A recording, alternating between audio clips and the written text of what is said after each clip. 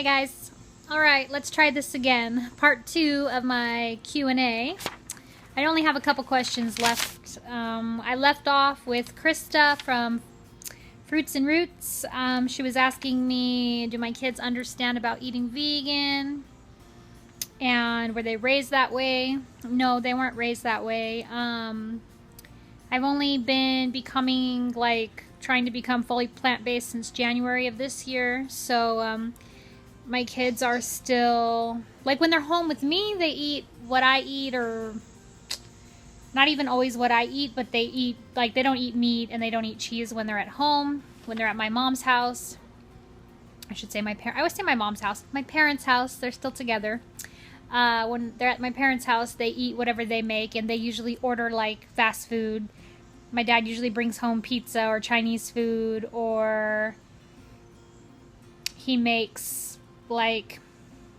turkey spaghetti, or they eat dairy and meat. And they don't listen to me, so they say since they're babysitting, they're going to eat what they want them to eat. So until I get a situation where I don't need them to babysit on the weekends, then there's not much I can do about it, short of raising a war, between us. So anyway, yeah, so I want to get them those. Oh, I meant to look this up this time before I answered the question, but I still forgot. Sorry. Those vegan books for kids, Why We Don't Eat Animals, and then there's a series, I think, by, or 2 or 3 of them by someone. I think they're fairly new, and they have, the really nice artwork, and I'm sure some of you know what I'm talking about. They're pretty popular in the vegan community for kids' books, but I want to get my kids those so that they can kind of understand better about why we shouldn't be eating animals and the environmental impacts and things like that. Excuse me. Yeah, so those are supposed to be really good books, but I'll have to figure out what they were called and show you. How about I'll just pause it and I'll look for it, and I'll put a picture here for you guys.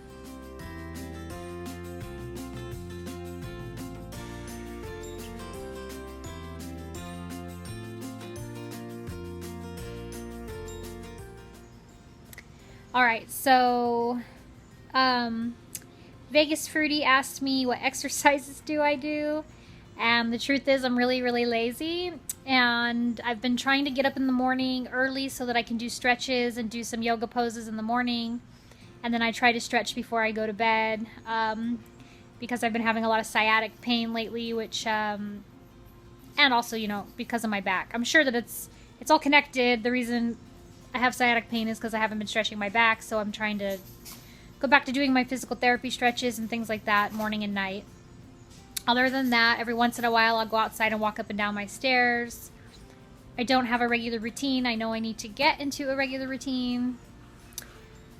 But yeah, like I said, I'm lazy and I'm really bad at following a routine. So yeah, I really need to work on that. Emily Persimmon Dancer, what up? She asked me, if we could travel anywhere for free for a month, where would we go? We'd have to split our time because my husband absolutely loves Japan, and he would want to spend the entire month in Tokyo. I would like to go back to Germany. I lived there for 5 years when I was a kid at Ramstein Air Force Base. I'd like to go back and visit all the castles, because I love castles, that I went to when I was a kid. The only one I actually really remember going to was Neuschwanstein. I think that's in Bulgaria. I'd like to go back there again, and as many as I could find or had time to go see, I would love to do that. And I also would like to take my kids to, this is probably going to sound horrible to you guys, but when I was a kid, my dad wanted us to go to a concentration camp, and he took us to Dachau, and that made a huge impact on me. And it's something I'll never forget, and I think it's really important for them to understand, what happened there, and I don't know, it really puts life into perspective, I guess, when you actually stop and think about it. And I want them to experience I want them to experience that so that they always have that in the back of their head about humanity and being, I don't know how to explain it, I guess not being like discriminative towards other people and things like that. I want them to learn that, and it is definitely something they would never forget. Hi, what you eating? Frozen banana? Yeah. So she also asked me what do I think of Marcus Rothkrantz, and she says that he lives in Vegas. I didn't know that he lived in Vegas. I've only seen a couple of his videos. I watched one where he was showing his driver's license to prove what age he is, and I think he was like 55 or something, or 52. I don't remember. He's 55. Oh, was he? Okay, thanks. If you say so. So, I thought it was a California ID, but it could have been like an old ID that he used to show his birthday or whatever. I don't really remember, but yeah, so I didn't know he lived in Vegas, but I've only seen a couple of his videos, so he seems pretty cool. Seems like a cool guy, him and his girlfriend, and they both look really good. They're good, you know, people to promote the raw food lifestyle. I got a new question that I didn't have before. Well, two new questions. This one's from Genome Chaos, asking me if I have siblings and if we get along, like what's our relationship like. What? I have two brothers. They're both older. I'm the baby.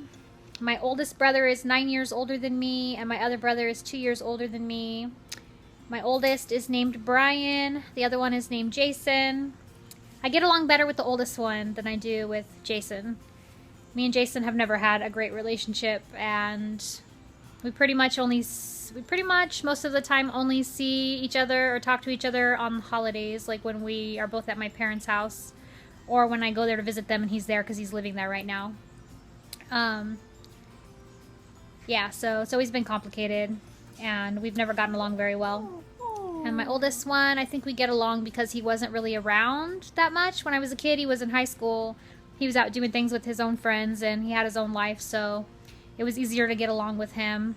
And he lives in California, so I only get to see him like once a year. So yeah, I get along better with him. And we both like fantasy books, and we talk about that and that kind of thing. So anyway, my last question is from Shannon Lee, the Veggie Nut. She said that she knows I said I don't like living in Vegas, but she wanted to know if I gamble.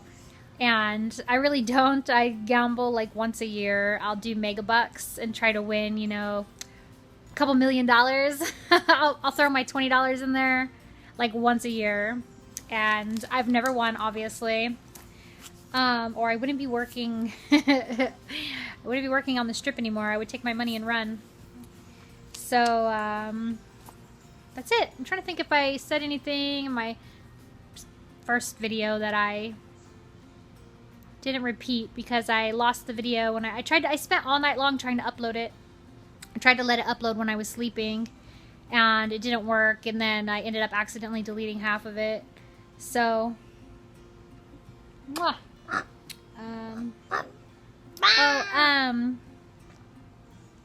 think it was Plant-Based Runner wants to know what Dabu means. What's Dabu mean? What's it mean? Sorry, no answer for you, dude. It's just his baby talk. Nonsensical words. Alright. Hope you guys enjoyed part 2. And if anybody still has questions, go ahead and leave them in the comments, and we'll do a part 3 if you want. Alright, bye. Thanks for joining me. If you like this video, please give it a thumbs up and subscribe and share with your friends. Thanks so much.